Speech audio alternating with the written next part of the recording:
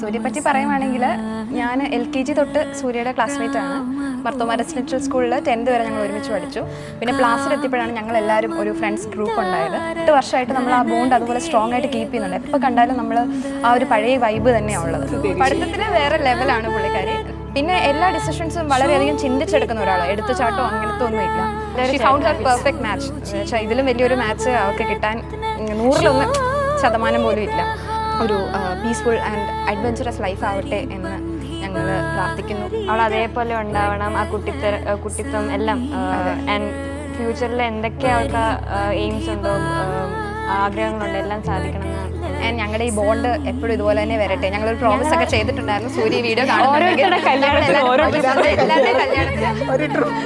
എല്ലാവരും കൂടണം എന്ന് നമ്മളത് പുറത്താണ് വീഡിയോ തെളിവുണ്ട്.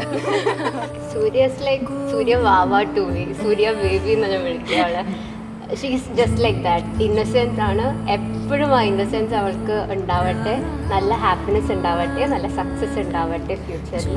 ആൻഡ് ഞങ്ങളുടെ ബോർഡ് ഇതുപോലെ തന്നെ സൂപ്പർ സ്ട്രോങ് ആയിട്ടിരിക്കും. ചേട്ടനെ പരിചയപ്പെട്ടപ്പോൾ തൊട്ട് നമ്മളോട് എല്ലാം പറയുന്നുണ്ട്.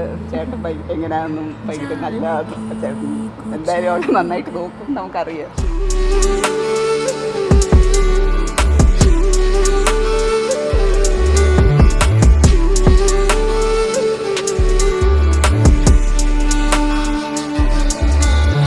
സാഗരം സഖി തീര പോലെ കാതിൽ നിൻധ്വനി മായാപൂവയെന്നും